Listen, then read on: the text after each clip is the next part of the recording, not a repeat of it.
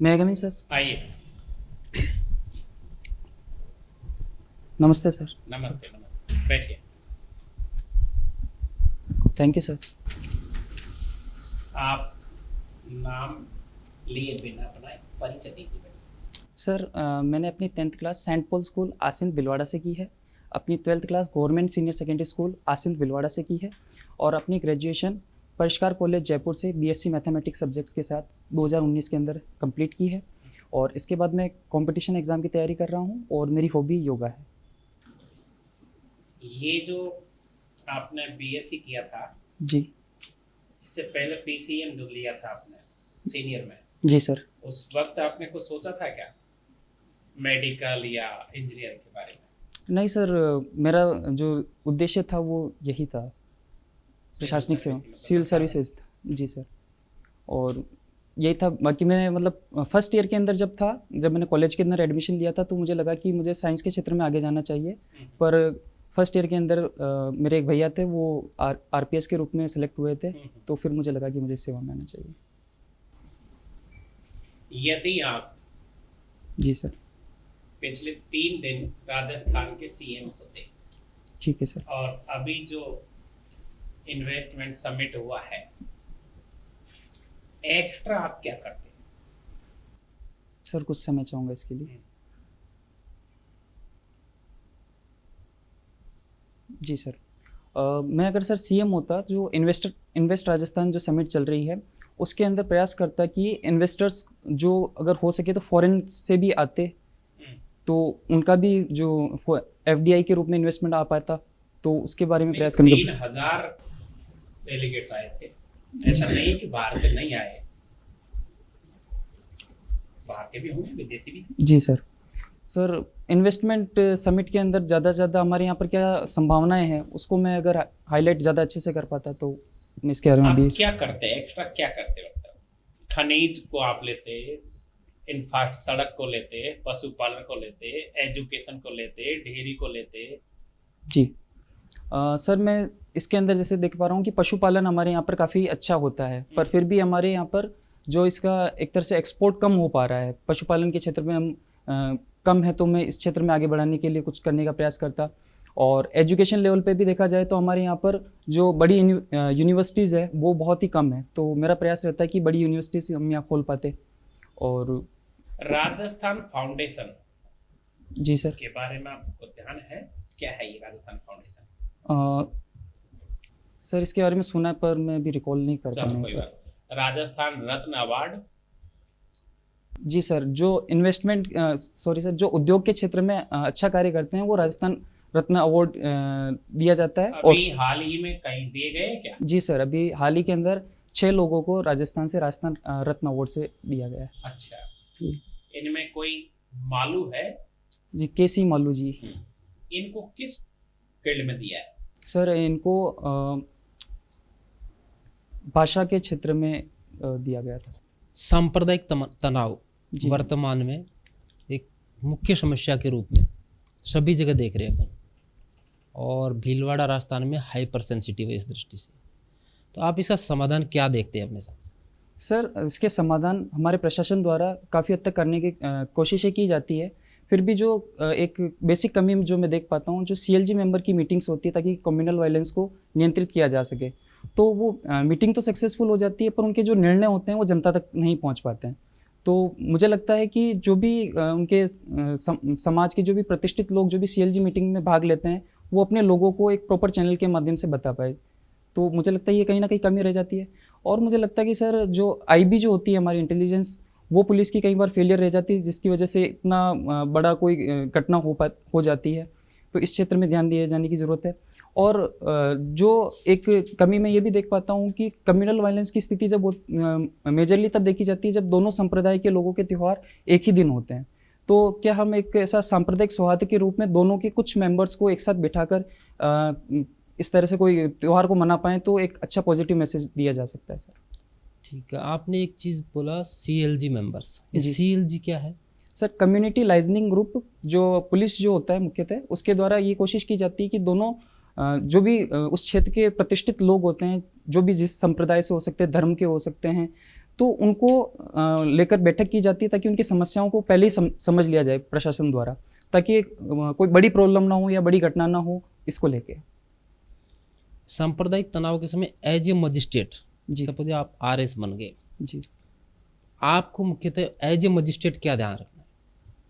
Sir, मुझे ये ध्यान रखना है कि मेरी जो मुखबिर जो हो वो कम से कम इतने एक्टिव हो कि चाहे अगर ऐसी स्थिति बन रही है तो मुझे टाइम से पहले ही उसका मैसेज आ जाए, और जो CLG मीटिंग्स है या जो जनता के साथ जुड़ाव है वो प्रॉपर हो सके तो मैं पहले पता करने की कोशिश करूँगा सर। सांप्रदायिक तनाव के अलावा भीलवाड़ा की और क्या क्या समस्याएं हैं? सर, अवैध बजरी की समस्या है, और जैसे कि तस्करी जो होती है अफीम की, और जो हमारे यहाँ पर वुमेन से रिलेटेड क्राइम्स है जैसे कि बाल विवाह होते हैं, नाता प्रथा होती है, कुकड़ी प्रथा होती है, ये भी ज़्यादा होते हैं सर। अवैध खनन से संबंधित विवाद आए दिन आते रहते हैं। जी इसमें जैसे आप RPS अधिकारी बने, जी क्या मानते हैं कि पुलिस इसके लिए उत्तरदायी है? सर, पूर्ण रूप से तो ऐसा नहीं कहा जा सकता कि केवल पुलिस ही इसके लिए उत्तरदायी है, क्योंकि इसके अन्य कारक भी जिम्मेदार तो रहते ही हैं। जैसे कि सर, मेरा ये मानना है कि जो लॉ एंड ऑर्डर है वो केवल पुलिस अकेले उसे संभाल नहीं सकती जब तक जनता का सहयोग ना हो। अगर जैसे अवैध खनन कहीं चल रहा है तो कम से कम जो वहाँ की जनता है वो अगर हमें एक बार कॉल करके बता पाए कि इस जगह अवैध खनन चल रहा है, क्योंकि कितनी बार ऐसा होता है कि पुलिस जब मौके पर पहुँचती है उससे पहले जो तस्कर लोग होते हैं, अवैध खनन करने वाले होते हैं, वहाँ से फरार हो चुके होते हैं। तो इसके अंदर जब तक जन सहयोग नहीं होगा तो इस पर कंट्रोल करना मुश्किल है, केवल पुलिस पे ही दोष देना गलत होगा सर। अच्छा, आपको जो है एक वरिष्ठ पुलिस अधिकारी की नौकरी चाहिए, ठीक है, ऐसे जिले में आपकी पोस्टिंग बहुत बार है। ठीक है सर। उस वक्त आप 3 लोग एक जगह फंस गए, ठीक है आप सर। हैं, आपके जिले का जो कप्तान है, मुखिया वो है, और एक आपके साथ एक हवलदार है, ड्राइवर है आपका, तो जिसने एक बार आपकी किसी कारण से कहीं किसी बलुए में साथ में जान बचाई। ठीक है एक आपके साथ ध्यान से सुनिए, SP है, एक आप है RPS ऑफिसर, और एक आपका जो ड्राइवर है हवलदार है। अब ऐसे मौके में फंस गए कि आप इन दोनों में से किसी एक को बचा सकते सर। कुछ समझ चाहूँगा इसके बारे में।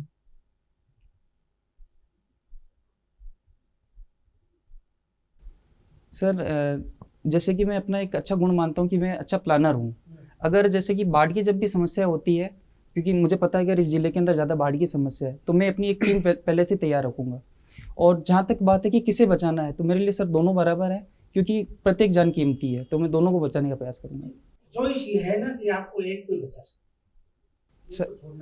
सर, ये मेरे लिए काफ़ी मुश्किल होगा, मैं इसके अंदर चूज़ नहीं कर पाऊँगा। जो मेरे पास या जिसे बचाना आसान होगा, जो मेरे निकट होगा, मैं पहले उसे बचाऊँगा। प्रशासन में ऐसे कई बार ऐसे मौके आते हैं जहाँ आपको कुछ चीजें छोड़नी पड़ती है, आपको ऐसे कठोर निर्णय, कड़वे निर्णय लेने पड़ते हैं जो हो सकता है आपको बिल्कुल न पसंद, लेकिन वो निर्णय तो लेना ही पड़ेगा। आप ऐसा नहीं कह सकते मैं तो इसको भी खुश रखूंगा, सर, अगर ऐसी स्थिति होती है तो मैं जो SP महोदय होंगे उनको चुनूंगा। एक चीज बताइए, आप न्यूटन के 3 नियम पढ़े ना? जी सर। बता सकेंगे? बिल्कुल सर। न्यूटन ने गति के 3 नियम दिए थे। पहला था जड़त्व का नियम, जिसे गैलीलियो का नियम भी कहते हैं। अगर कोई वस्तु स्थिर है तो वह स्थिर ही रहेगी जब तक उस पर कोई बाह्य बल आरोपित नहीं किया जाए, और गतिशील है तो गतिशील ही रहेगी। दूसरा, जो बल होता है उसकी गणितीय मान को बताने के लिए दिया जाता है, F बराबर ma होता है, यानी द्रव्यमान और त्वरण के गुणनफल के बराबर होता है बल का मान। और तीसरा नियम होता है क्रिया प्रतिक्रिया का नियम, यानी कोई भी कार्य किया जाता है तो उसकी जितनी क्रिया होती है उसके बराबर प्रतिक्रिया होती है। इन तीनों का एक एक प्रैक्टिकल एग्जांपल जी सर। जैसे कि कोई यात्री अगर बस में बैठा होता है तो जैसे ही बस रुकती है तो जड़त्व के नियम के कारण वो व्यक्ति जो होता है आगे की तरफ झुक जाता है। और F = ma के रूप में हम देख सकते हैं, जैसे कि किसी भी वस्तु को अगर हम, जैसे कोई गेंद है उसको अगर हम फेंकते हैं तो उसके अंदर कोई ना कोई त्वरण भी होता है और उसका कोई ना कोई द्रव्यमान होता है, तो जो चोट लगती है वो F के बराबर होती है। और जहाँ तक तीसरे नियम की बात है तो उसके अंदर जैसे बंदूक से गोली चलती है तो पीछे की तरफ झटका लगना क्रिया प्रतिक्रिया का उदाहरण। जैसे आपने बताया कि आपकी हॉबी योग है। जी सर। तो योग आपने पढ़ा भी होगा? जी सर। एक योग दर्शन है, जी तो योग के क्या अर्थ होता है योग का? सर, योग का मतलब शारीरिक मानसिक आध्यात्मिक पहलुओं का एकीकरण होता है और योग युज धातु से मिलकर बना है जिसका अर्थ होता है जुड़ना। और दर्शन के बारे में जो है पतंजलि के योग सूत्र के अंदर योग दर्शन के बारे में जानकारी दी गई है, जिन्होंने अष्टांगिक योग के बारे में बताया गया है। ये जो आप पतंजलि के योग दर्शन में, उसमें योग का अर्थ क्या बताया गया है? योग चित्तवृत्ति निरोध है। योग चित्तवृत्ति निरोध है चित्तवृत्ति किसे कहते हैं? जो सर मानसिक रूप से जो एकीकरण है उसके बारे में मुख्यतः बताया गया है सर। उसमें योग दर्शन में चित्तवृत्ति के कुछ प्रकार भी बताएं। जी सर। कितने प्रकार हैं? सर 8 प्रकार बताए गए हैं। कौन कौन से हैं? यम, नियम, आसन, प्राणायाम, प्रत्याहार, धारणा, ध्यान और समाधि। तो योग दर्शन में अष्टांग भी बताए हैं, वो कौन से? अष्टांग सर अच्छा, जी सर, जिसके अंदर एक पौधे के साथ उसके एग्जाम्पल को जोड़ा जाता है, उसके बारे में आप पूछना चाह रहे हैं सर? नहीं, योग दर्शन में अष्टांग बताए हैं, 8 अंग बताए हैं, वो कौन से? जैसे आपने बता दिया चित्तवृत्ति, तो ये हैं 8, तो अष्टांग योग कौन किसे कहा गया है? सॉरी सर, जानकारी नहीं मुझे इसके बारे में। तो योग आपने हॉबी योग रखा है, आपका प्रशासन में इसका उपयोगिता किस दृष्टि से आपने हॉबी रखा हुआ है? प्रशासन दृष्टि या जीवन दृष्टि में क्या उपयोगिता है इसकी योग? सर इसके जीवन दृष्टि के अंदर भी प्रयोग है और संयोग से इसके प्रशासन में भी काफ़ी अच्छे प्रयोग है। क्या क्या हो सकता? जैसे सर जैसे कि शारीरिक मानसिक और आध्यात्मिक पहलुओं का एकीकरण होता है, तो मैं शारीरिक रूप से स्वस्थ रहता हूँ, मैं मानसिक रूप से स्वस्थ रह पाता हूँ और आध्यात्मिक रूप से भी मैं अपने अंदर एक पॉजिटिव एनर्जी फील करता हूँ। और ये देखा जाता है कि अभी प्रशासन का और पब्लिक के बीच में गैप ज़्यादा है, तो मैं ऐसा प्रयास करने का कोशिश कर सकता हूँ कि जैसे सप्ताह के एक दिन अपने अधीनस्थों के साथ योग करूँ तो उनसे मेरा जुड़ाव हो, महीने के एक दिन अपने जनता के साथ योग करूँ तो उनसे मेरा जुड़ाव हो, जिससे कि पुलिस प्रशासन और पब्लिक के जो रिलेशन है वो अच्छे हो पाएँ। और इससे क्योंकि मेरे अंदर एक पॉजिटिव एनर्जी रहेगी तो मेरा स्ट्रेस मैनेज होगा, तो मैं अपने काम को अच्छे तरीके से कर पाऊँगा। मैं आपको ये पूछना चाहता हूँ, आपने योग हॉबी रखी क्यों है? आप करते हो डेली? जी सर। क्या करते हो? सर योग के अंदर जैसे मैं सूर्य नमस्कार करता हूँ, धनुरासन, चक्रासन, नौकासन, प्राणायाम के अंदर अनुलोम प्रतिलोम, सूर्य नमस्कार, ये सारे योग करता हूँ सर। योग जैसे आप बता रहे हो, ये इसके बाहरी अंग हो गए, आंतरिक योग करते हैं कुछ? जैसे योग में बताया गए कि 8 अंग होते हैं, एक बाहरी अंग, 5 बाहरी अंग होते हैं, 3 आंतरिक अंग होते हैं, तो लास्ट स्टेज आते हैं योग की, जैसे धारणा, ध्यान, समाधि। जी। समाधि किसे कहते हैं? समाधि सर समाधि जो अष्टांगिक जो योग है उसका 8वां भाग जो है, अंतिम भाग, उसे कहा गया है। इसमें 2 पार्ट होते हैं, संप्रज्ञात और असंप्रज्ञात। इसमें विचारों और भावनाओं का भाव अगर रहता है तो उसे संप्रज्ञात कहा जाता है, और असंप्रज्ञात के अंदर इनका भाव नहीं रहता है। जब समाधि की अवस्था प्राप्त कर ली जाती है तो आत्मा का परमात्मा से मिलन हो जाता है और व्यक्ति मोक्ष को प्राप्त कर लेता है और परम ज्ञान को प्राप्त कर लेता है। आपके जीवन का दर्शन क्या है? सर सत्य और अपने उद्देश्यों को प्राप्त करना। सत्य क्या होता है? सत्य सरल शब्दों में कहा जाए तो किसी कथन को जैसा सुना समझा गया है वैसा का वैसा ही किसी को और को बताना, ये सत्य है। और व्यापक अर्थों के अंदर सत्य ही ईश्वर है। सत्य ही ईश्वर है। ईश्वर है ईश्वर होता है? सर ये एक विवादास्पद विषय रहा है कि ईश्वर है या नहीं है, पर अगर सत्य को ही ईश्वर मान लिया जाए तो निश्चित रूप से है। आप ईश्वर को मानते हो या सत्य को मानते हो? सर मैं दोनों को ही मानता हूँ सर। कभी आपने ईश्वर के दर्शन किए? नहीं सर, पर मैं ईश्वर को मानने का मेरा रीज़न ये रहा है क्योंकि ईश्वर के अगर को मैं मानता हूँ तो मैं एक पॉजिटिव एनर्जी फील करता हूँ, और उस पॉजिटिव एनर्जी से मैं जो नैतिकता का पथ है उस पर हमेशा बना रहता हूँ और अपने उद्देश्यों को प्राप्त करने के लिए अग्रसर रहता हूँ, तो मुझे ईश्वर से मोटिवेशन मिलता है सर। कहीं प्रकृति में ईश्वर विद्यमान है? सर प्रकृति में देखा जाए तो हर जो वस्तु हमें दिखती है उसके अंदर ईश्वर है, उसका हर कण कण के अंदर ईश्वर है, ऐसा माना गया। ये ग्लोब है जी। क्या आप मानते हैं कि इसमें ईश्वर है? जी सर, इसमें भी ईश्वर है। कैसे? सर इसके अंदर ईश्वर इस प्रकार से है कि इसकी बाहरी संरचना को देखा जाए तो इसके अंदर एक गोलाकार आकार है जो पृथ्वी को दर्शा रहा है, ठीक है। और फिर इसके अंदर जो फिजिकल फीचर्स जो इसके हैं उससे हमें पता चल रहा है कि हमारा संसार कैसा है। और अगर जो हमारा ये रहता है कि हम संपूर्ण पृथ्वी मेरा परिवार है, तो परिवार वाली जो एक कंसेप्ट है वो भी हमारे भारत की देन है, तो उसके अंदर भी मुझे ईश्वर के तत्व दिखते हैं। पृथ्वी की आकृति कैसी होती है? सर जियोड होती है, जियो। लद्धवक्षाकार। इसके जैसा और कोई पृथ्वी पूरे ब्रह्मांड में ऐसी आकृति है? सर इसके बारे में मुझे जानकारी नहीं है। यदि राज्यपाल का पद हटा दिया जाए ठीक है सर। तो फिर राज्य की स्थिति कैसे होगी? सर राज्यपाल एक महत्वपूर्ण पद है, क्योंकि भारत जो आर्टिकल 1 के अंदर लिखा गया है, इंडिया दैट इज भारत, यानी कि भारत पहले एक देश है, फिर राज्य के अंदर विभक्त हुआ है। तो जब तक अगर केंद्र का कंट्रोल राज्यों पर नहीं रहेगा, तो इससे हो सकता है कि स्थिति गलत होगी और विद्रोह की स्थिति हो सकती है। तो राज्यपाल जरूरी है हमारे लिए यहाँ पर। एक लास्ट सवाल ये बताओ तो, जी एथिक्स भी आपका पसंदीदा है। जी सर। भगवान श्री कृष्ण जी सर।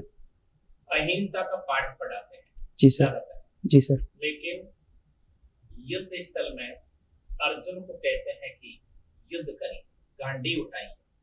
ठीक है सर। तो वहां हिंसा है या नहीं है? सर मेरा आप अनुमति दे तो एक श्लोक के माध्यम से गीता के अंदर श्लोक है, कर्मण्य ही वादिकारस्ते माँ फलेषु कदाचन माँ कर्म फल हेतु गुरमाते संकोस्तु कर्मणि। और एक श्लोक ये भी है, श्रेयान स्वधर्म विगुण स्वधर्मात् स्वनुष्ठितात् स्वधर्म निधनम श्रेय पर धर्मो सदा भयावह। सार की बात यह है कि जो हमारा धर्म होता है वही सर्वोपरि होता है, और धर्म का पालन करते हुए जो मृत्यु भी है वो श्रेष्ठ होती है। तो क्योंकि अर्जुन के सामने एक धर्म की स्थापना करनी थी, उसे जो कौरवों की वजह से अराजकता फैली हुई थी, जनता के साथ अन्याय हो रहा था, उसे दूर करना था।